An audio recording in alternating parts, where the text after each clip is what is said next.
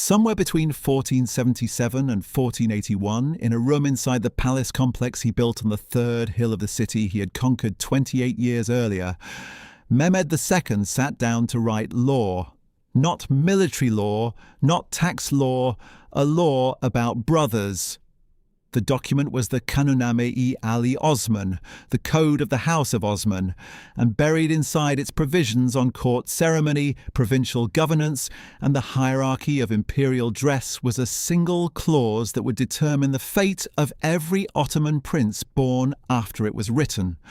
The clause read, "Whichever of my sons inherits the Sultanate, it behooves him to kill his brothers for the order of the world. The majority of the ulema have approved this. Let action be taken accordingly." The critical phrase was Nizam-i-Alam, order of the world. Ottoman jurists traced it to the Islamic legal doctrine of al-maslaha al-mursala, the public interest, and to a specific verse of the Quran that declares fitna, sedition, worse than killing itself. The argument was precise. A living prince with a claim to the throne is not a brother. He is in a civil war waiting to begin. The law did not frame this as cruelty. It framed it as mathematics. One death now against 10,000 deaths later. The ulama had approved it. God's word supported it.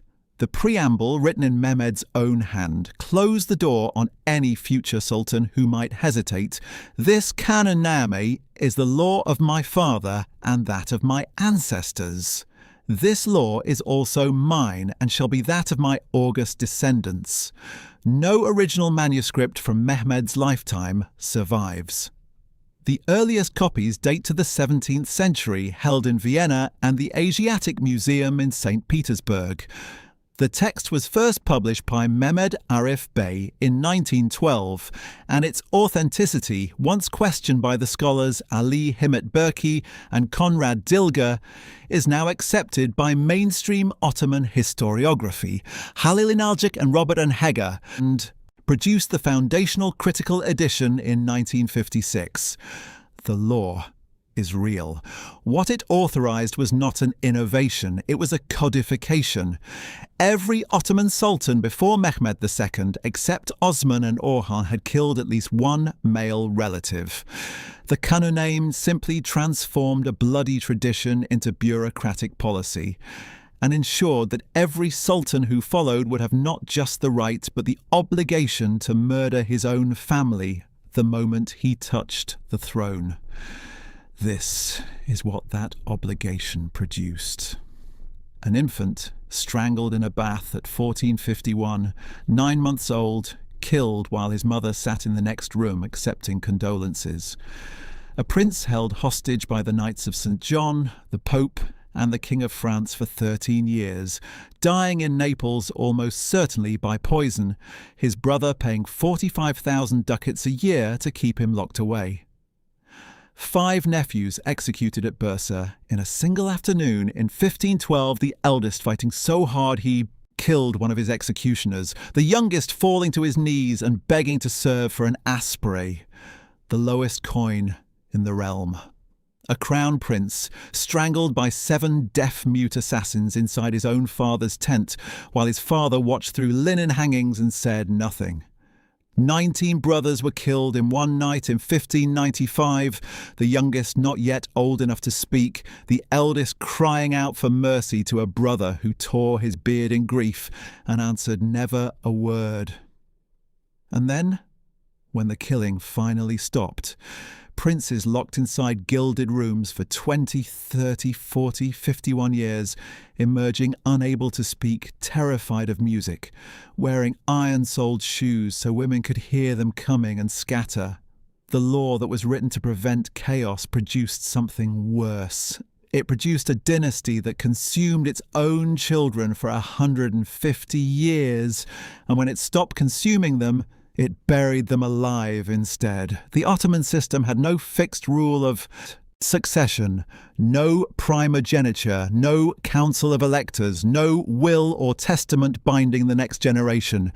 Any prince of the blood could claim the throne, and the empire's survival demanded that only one of them succeed. The result before the law existed was exactly what the law was written to prevent. The foundational precedent occurred at the Battle of Kosovo on the 15th of June, 1389. Sultan Murad I was assassinated on the battlefield by the Serbian knight Miloš Obilić. His son Bayezid learned of the death before his brother Jakub Čelebi, who had just commanded the victorious Ottoman left wing and helped win the battle that killed their father. Bayezid summoned Jakub to his tent under the pretense of a council of war. Jakub entered. The royal executioners were waiting. They looped a silken cord around his neck and strangled him. No trial, no accusation, no words exchanged between the brothers at all. The silk cord, chosen because Ottoman. Tradition held that royal blood was sacred and must not be shed, became the instrument of every princely execution that followed. The false summons became the template. The silence became the etiquette. What made codification inevitable was what happened when no one brother was strong enough to kill the others quickly. Sultan Bayezid I, the same man who had strangled Jakub, was himself crushed by Timur at the Battle of Ankara on the 28th of July, 1402. Timur's Mongol army dismantled the Ottoman field force in a single afternoon. Bayezid was captured, the only Ottoman sultan ever taken prisoner by a foreign enemy, and died in captivity in March of 1403, either by suicide or by the humiliation of confinement. The empire he left behind had no ruler. It had four. His surviving sons carved the state into warring fragments. Suleiman Çelebi seized Thrace and established his court at Edirne. Isa Çelebi took Bursa and the heartland of Anatolia. Mehmed Çelebi held the remote eastern province of Amasya. Musa Çelebi began as Timur's prisoner and ended as a warlord commanding his own army. For 11 years, from 1402 to 1413, the Ottoman state ceased to function as a single entity. The empire that had terrified the Balkans and besieged Constantinople shrank to a collection of squabbling principalities. Anatolian beyliks that the Ottomans had absorbed reasserted their independence. European vassals broke free. The Byzantines, who had been months from destruction, received a reprieve of half a century. The brothers killed each other in sequence. Isa was hunted down by Mehmed's agents and killed, drowned in a bathhouse, according to most sources, sometime between 1403 and 1406.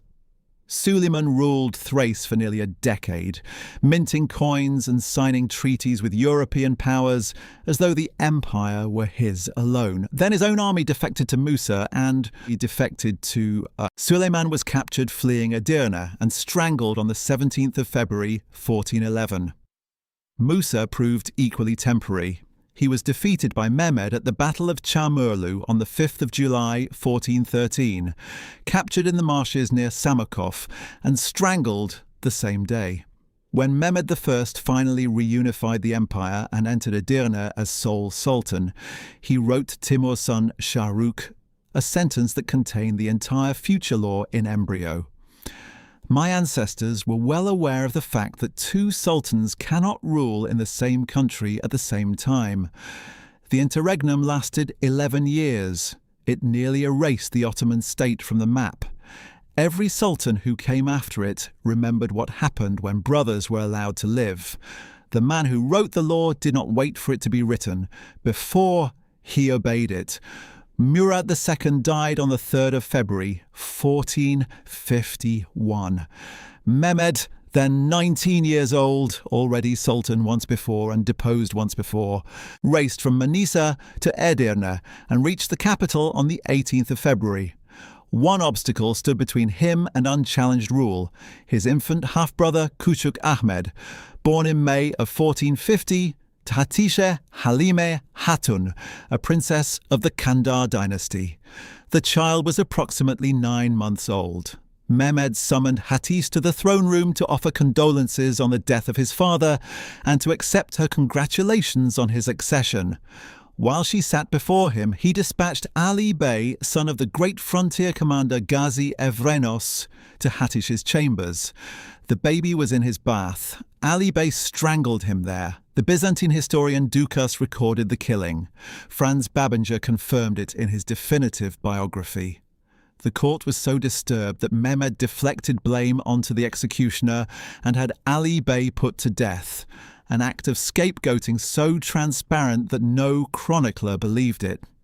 The conqueror of Constantinople, the man who would build the Topkapi Palace and reshape the eastern Mediterranean, secured his throne by murdering an infant who could not yet walk. Then he wrote the law that made it legal for every successor to do the same. A sultan who conquered Constantinople also wrote a law that would kill children for 150 years. I'm curious which episode in this story surprised you most. Let me know in the comments. Mehmed II died on the 3rd of May, 1481, likely poisoned by his own physician. His death triggered the first succession crisis under the new law. His two surviving sons, Bayezid, governor of Amasya, and Cem, governor of Konya, both rode for the capital. Bayezid arrived first. The Janissaries declared him sultan. Cem captured Bursa and minted coins in his own name, proposing a division of the empire. Let Rumeli be yours and Anatolia mine. Bayezid's answer defined the law's logic in 5 words. Between rulers, there is no kinship. Cem lost the Battle of Yenishehir on the 19th of June, 1481, and fled, first to the Mamluks in Cairo, then to the Knights of St. John at Rhodes in 1482, then to the custody of the French crown, and finally to the Vatican. He would spend the next 13 years as the most valuable prisoner in Europe. Bayezid paid Pope Innocent the 8th 45,000 gold ducats per year, plus the gift of the Holy Lance, one of Christendom's most sacred relics, to keep his brother behind walls. Cem died in Naples on the 25th of February, 1495. The cause was almost certainly poison. He was 35 years old. He had last seen the Ottoman Empire when he was 21. Bayezid did not kill his brother with a silk cord. He killed him with patience and European greed. Within 6 months of his own accession, he had Cem's young son quietly murdered as well. Bayezid II ruled for 31 years and grew old and tired.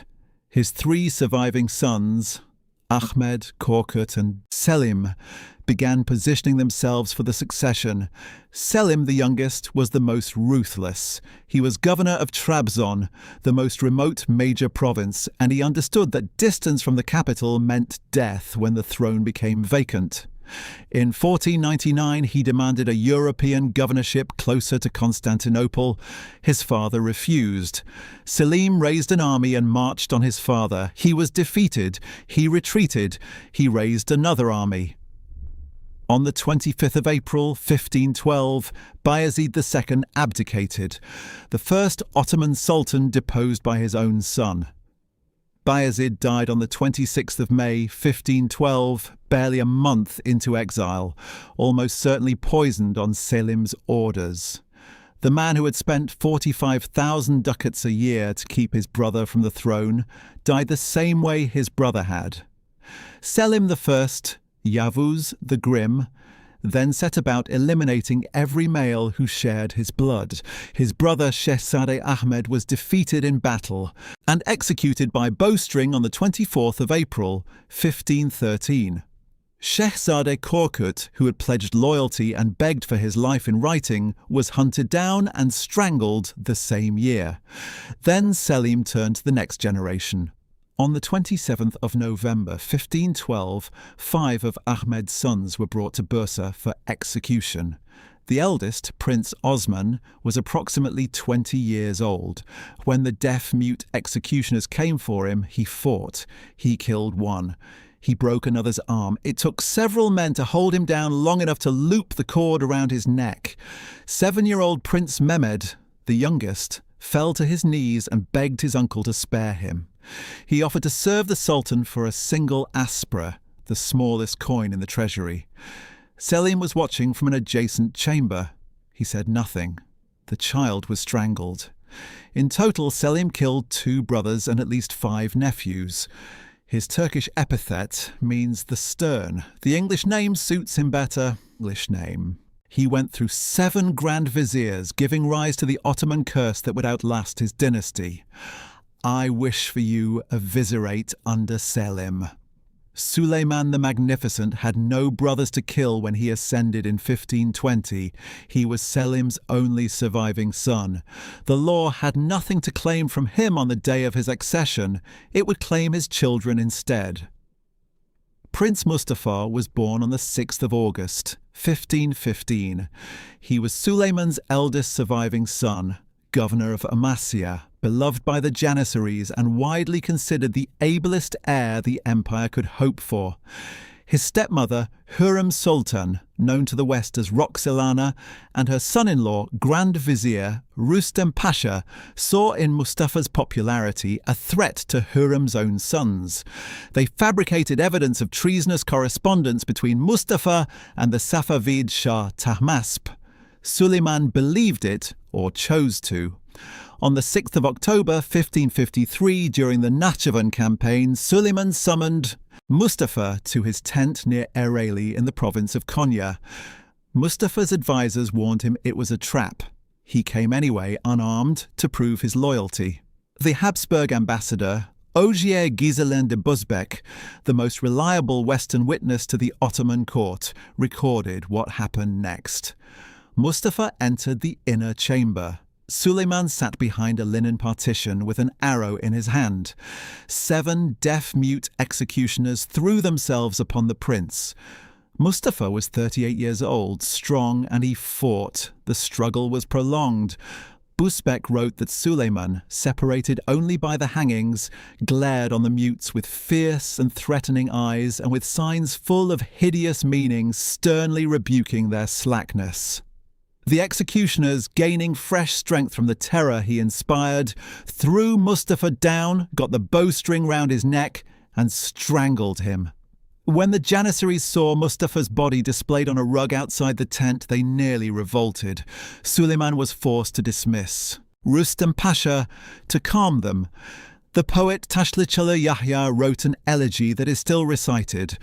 Mustafa's tomb in Bursa remains a site of pilgrimage 5 centuries later. Within months, Suleiman ordered the execution of Mustafa's young son, Shehzade Mehmed, at Bursa as well. The law did not distinguish between brothers and sons. A male heir was a male heir. Suleiman was not finished. His remaining sons, Selim and Bayezid, fought for supremacy. Bayezid, born in 1527, was the more capable and more popular of the two, and therefore, by the logic of Ottoman succession, the more dangerous. The brothers' rivalry escalated from political manoeuvring to open warfare. Bayezid raised an army of his supporters and marched against Selim. They met near Konya on the 31st of May, 1559. Bayezid lost. He fled east with his 4 sons, crossing into Safavid Persia and throwing himself on the mercy of Shah Tahmasp, the same Shah his dead brother Mustafa had been, falsely accused of conspiring with. Suleiman spent 2 years negotiating. The price of his son's surrender was 400,000 gold coins, one of the largest ransoms in Ottoman history. Tahmasp, who had no interest in sheltering an Ottoman prince forever, accepted. At Kazvin, the Ottoman executioner Ali Aka Çavuş Bashi strangled Bayezid on the 25th of September, 1561. Then, one by one, his 4 sons, Orhan, born 1544, 17 years old, Abdullah, born 1548, 13 years old, Mahmud, born 1552, 9 years old, Mehmed, born 1558, 3 years old. A 5th son, also 3 years old, had been left behind in Ottoman territory. He was found later and killed.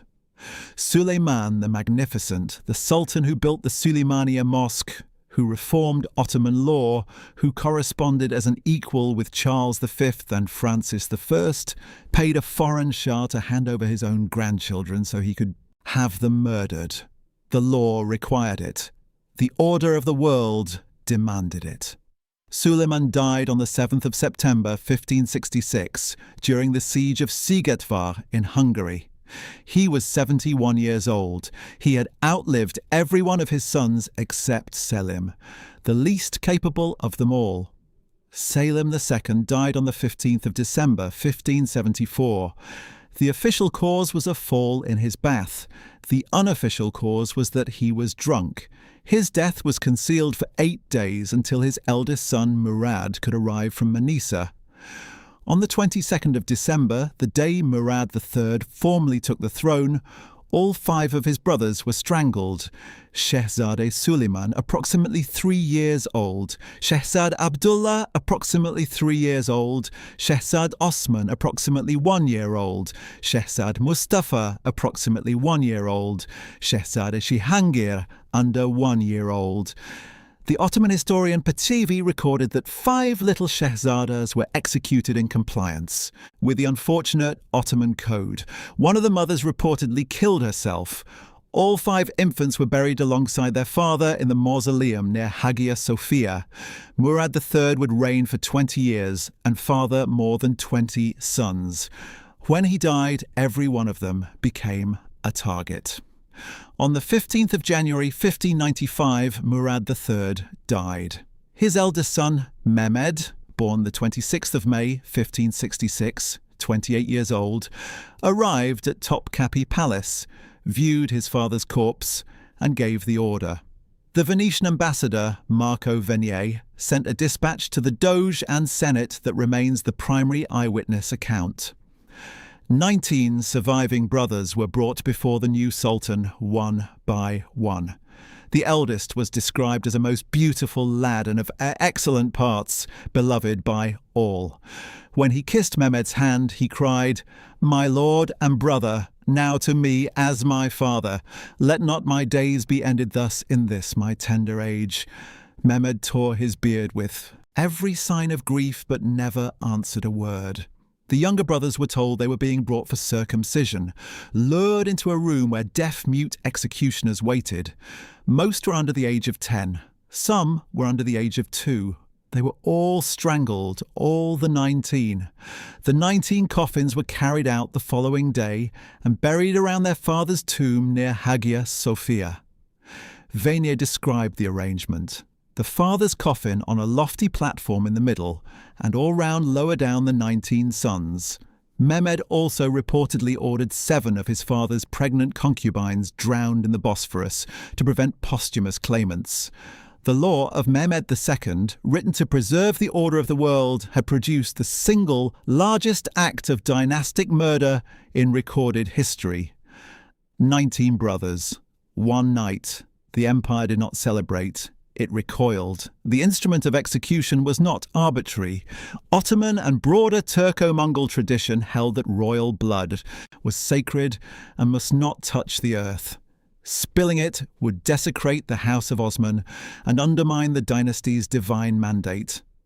Strangulation, bloodless, contained, performed behind closed doors, satisfied this requirement. The implement was a silk cord or bowstring, literally the string of a Turkish composite bow woven from silk. In practice, 2 executioners would loop the cord around the victim's neck and pull from opposite ends. Death was not always immediate. Prince Mustafa's struggle against 7 attackers required Suleiman's furious intervention before the mutes could finish. Prince Osman at Bursa killed one of his executioners and broke another's arm. The silk cord promised a clean death. It didn't always deliver one. The executioners themselves were genuinely deaf from birth. This is not legend. The academic M. Miles collated 16 separate 16th and 17th century sources confirming their presence at the Ottoman court.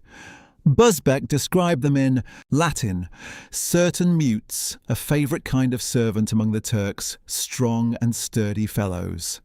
Their tongues were not cut, as some later accounts claimed.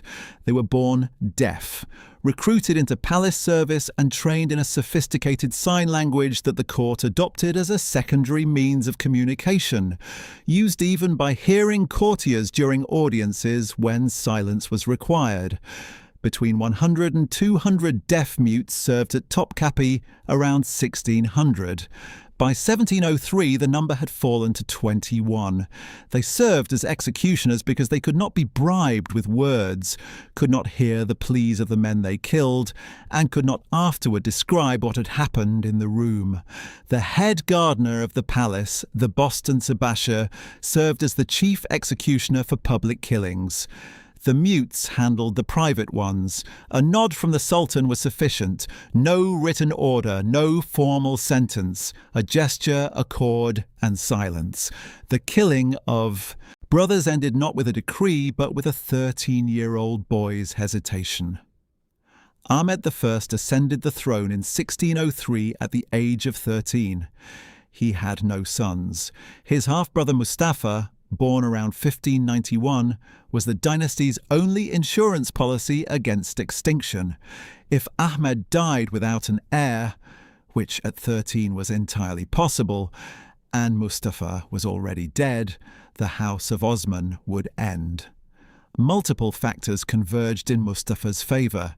He was considered mentally weak and therefore unthreatening. Ahmed's mother, Handan Sultan, counselled mercy.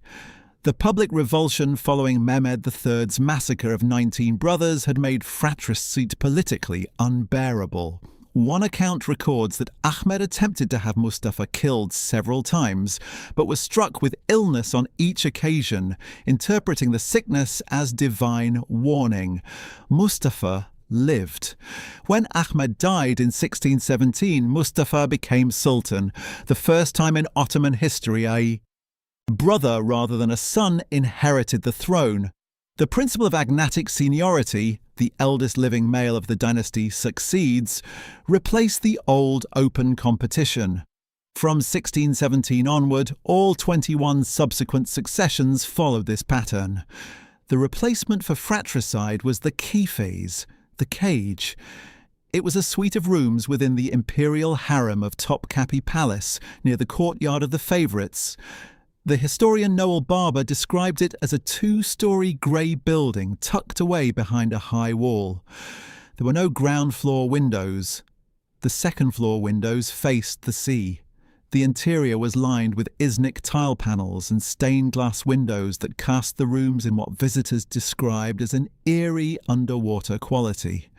The door was bolted from the outside and guarded around the clock by the chief black eunuch and his staff.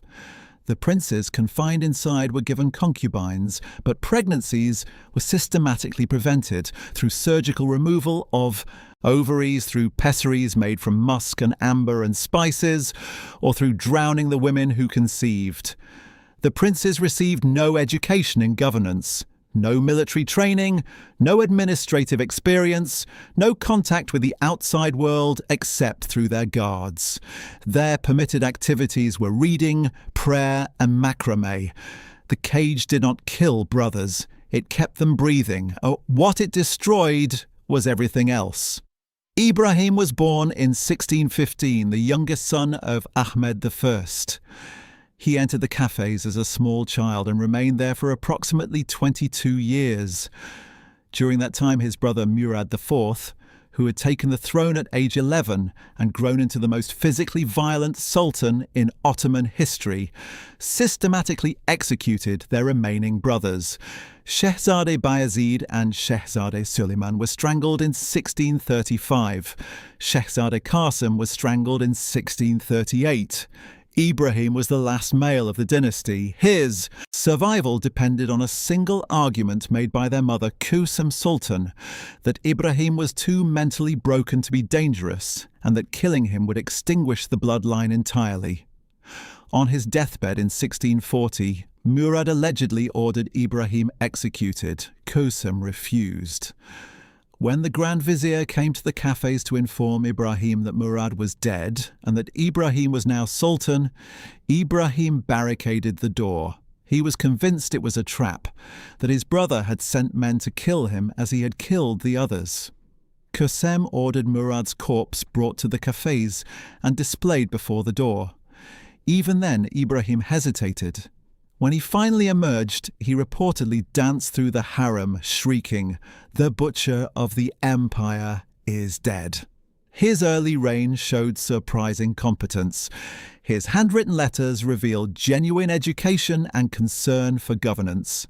After 1644, he deteriorated. He became obsessed with furs, covering entire rooms in sable. He reportedly sent a golden cast of a cow's hindquarters across the empire to find a woman of matching proportions. He was deposed on the 8th of August 1648, returned to the cafes he had left 8 years earlier, and strangled 10 days later. His last words were recorded. "Is there no one among those who have eaten my bread who will take pity on me and protect me?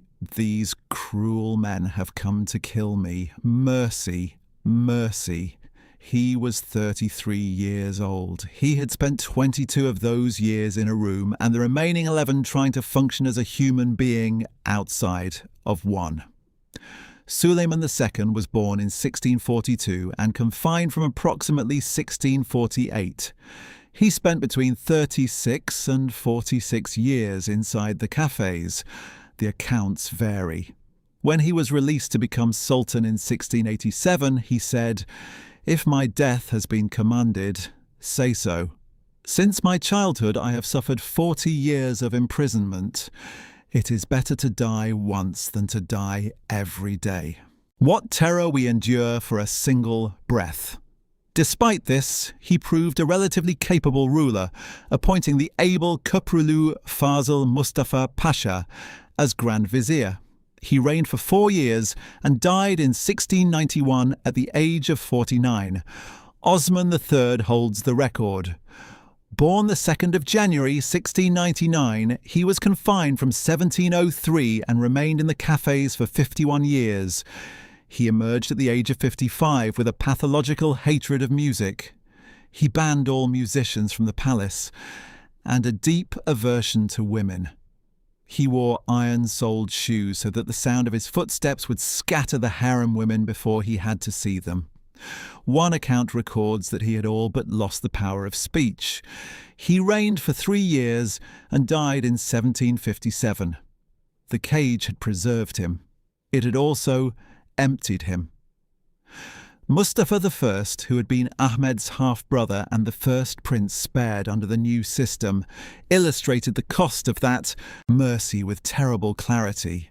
He spent most of his adult life confined and was described by contemporaries as completely demented.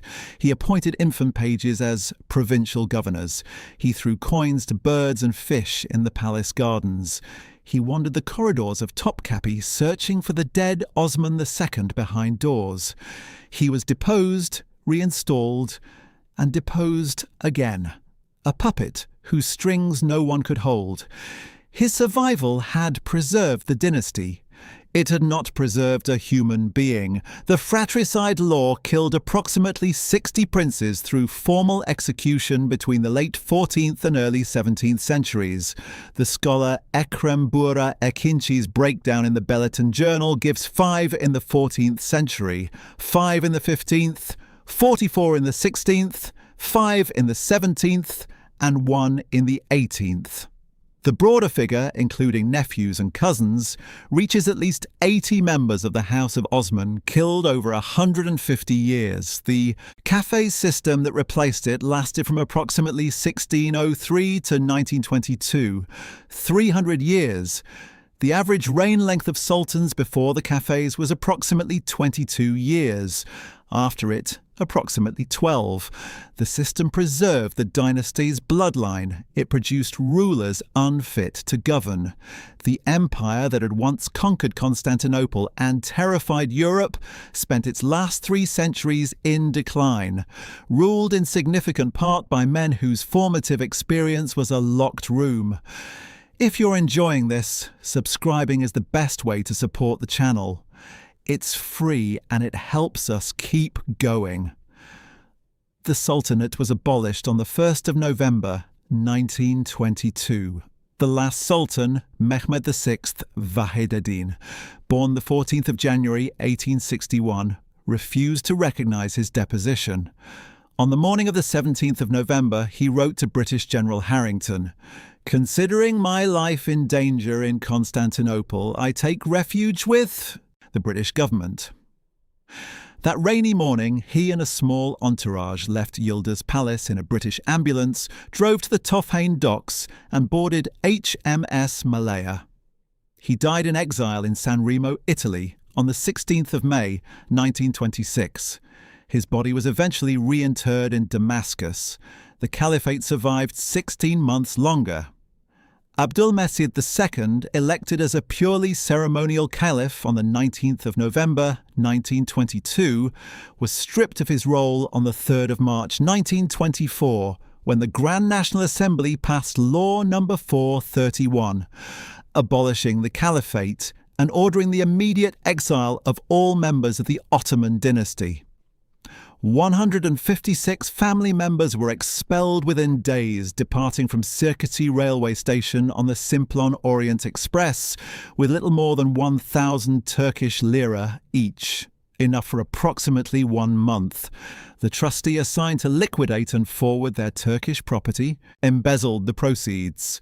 Former princes washed dishes in hotel kitchens. Some searched through garbage for food. Shehzade Ibrahim Tevfik, a piano virtuoso so shy he could only perform behind a curtain, died in Paris in 1931 and was buried in a cemetery for the nameless. Shehzade Ertuğrul Osman, grandson of Abdul Hamid II, was born in 1912 and expelled with the rest of the family at the age of 12. He settled in New York.